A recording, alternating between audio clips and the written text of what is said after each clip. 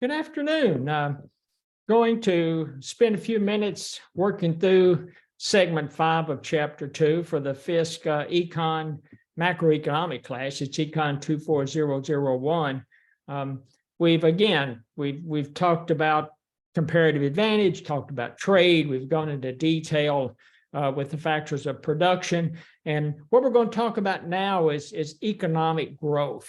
And if you remember, probably in segment 3, I think it was, where we talked initially about the PPC, or the production possibilities curve, we talked about if you're efficient, or if the powers that be who are determining what full employment of factors of production are, and the most efficient strategy or process of using those factors of production in the production process, if that is being met and we're on the concave, the bowed out curve, it's bowed out from the origin of where the y-axis meets with the x-axis.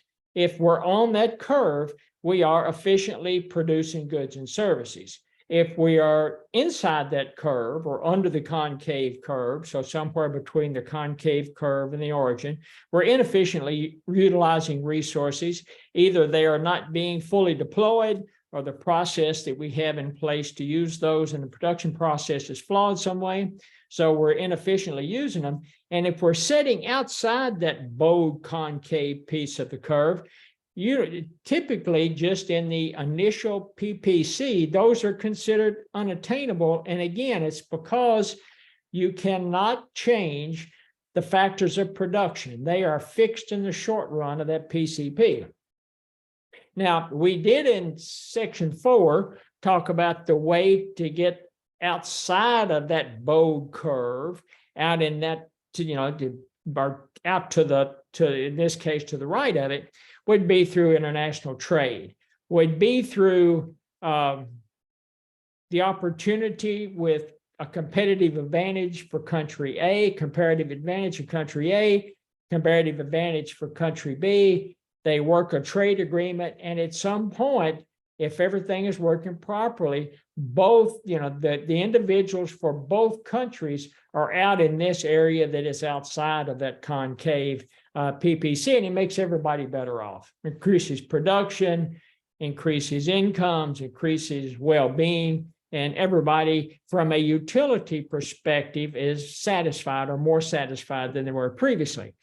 Now, the second way that you can shift outside of that concave, or at least another way outside that concave area of that PPC, is to take an increase through some method, either labor, your capital, whether it be capital equipment, economic capital, financial capital, natural resources, technology, entrepreneurship, some way increase some of those resources. Might not have to increase them all, but at least increase some of them. And that implies shifting that PPC outward so that you're expanding it and getting into that area that before was unattainable with the fixed resources. And when you shift that PPC, we're talking about economic growth. Now, there will be instances in some countries, especially in a recession, depression, however you want to look at it, that curve actually shifts downward, shifts to the left, shifts inward, and that is along the lines, it's what most people refer to as economic contraction. Anything that increases the quantity or the quality of factors of production will help with economic growth. It will help to shift that curve outward. And we'll kind of take them, a couple of them at a time.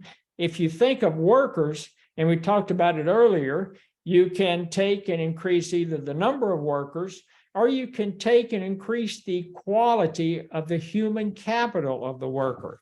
And that's what we see with a lot of organizations, is they are willing, through credentialing programs, tuition reimbursement, in-house training, to increase that human capital, the workforce, and by increasing the human capital, they become more productive. It generates some level of economic growth and starts pushing that curve outward. If you think about technology, we spoke earlier about Joseph Schumpeter, who talked about creative destruction, and he was the one who coined that phrase, and basically was saying out with the old, in with the new, hoping that you either increase technology, improve processes, but had a positive impact on the production process. And by doing that, you hopefully can take and shift that curve outward. Entrepreneurs are driven by profit. Entrepreneurs will, as a profit maximizer, again, will help shift that curve out, because it is in their best interest to be more creative, to be more efficient. The more creative and more efficient they are, the more profit they make, and it's profit that goes into their pocket. Again, we're talking about a capitalistic market, and in this case, where profit is not given to a state agency, it's given to the entrepreneur or to that company that they're working with. People are really concerned. I mean, not so much about how to change the natural resources, but how to conserve the natural resources, either by identifying new ones, identifying new uses, identifying opportunities to improve the level of those natural resources. But natural resources are typically a constraint that concerns a lot of economists. And then finally, and it goes back to the technology and Schumpeter, what's AI and machine learning going to do? Most people think AI and machine learning are going to be a huge boom to technology. The only concern that some economists have, and that I'm somewhat concerned with it in the healthcare marketplace, is who's going to pay for that technology. Governments and health plans don't really want to foot the bill for the new technology. Providers love new technology because they think it can drive growth, drive revenue. But again, at the end of the day, who's going to pay for that? And then kind of to wrap up section, or at least the piece that we're talking about now on section 5, it's waiting for growth. And that is typically an issue with a lot of economies and with a lot of self-satisfying individuals, where we talk about instant gratification, because when you're looking at the economic concept of economic problems, if you remember in several sections ago or several sessions ago, we talked about economics is concerned with the what, what are we going to produce, how are we going to produce it, for whom are we going to produce it. And then there's that last one that some individuals kind of tend to brush over, and that is the resource preservation. You don't want to blow through all your resources now. You want to hold some of them in reserve for future use and future expansion, and to help growth move forward over time. And that is, I guess, that kind of the instant gratification, because you're looking at present utility. Everybody loves present utility, and a lot of people don't think about the future utility that you can gain from helping push growth forward, or taking that PPC curve and moving it outward. One last thing, the key in growth really is the willingness to postpone growth, the willingness to hold some resources back, that you have future resources to help push that growth forward, and to keep growth moving forward at what most people hope is at least at a constant rate.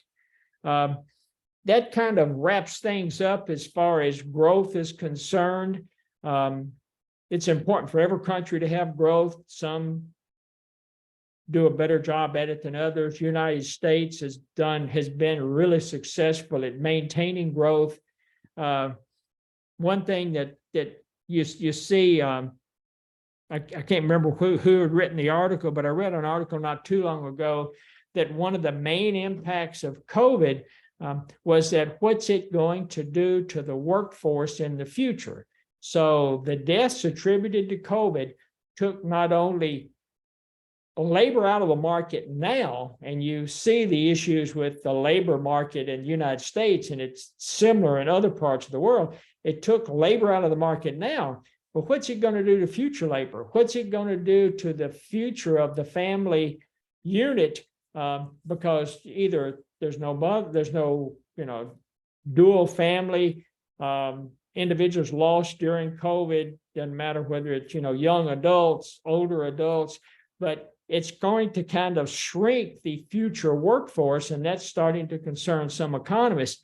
And what we think they will find is that automation is going to have and play a bigger role moving forward because of this shrinking workforce of the impact of COVID in the future, especially in those areas where manual labor is utilized to drive growth and to drive productivity. To help offset that lack of the labor force and to help offset the negative impact on the growth opportunities in those manual labor-based countries, it's going to probably take some level of automation to come in there and try to turn those things around to keep growth moving forward. That kind of wraps it up for the 5th segment. I'll be back shortly and we'll get through the 6th segment, and this will kind of tie up chapter 2. Talk to you soon.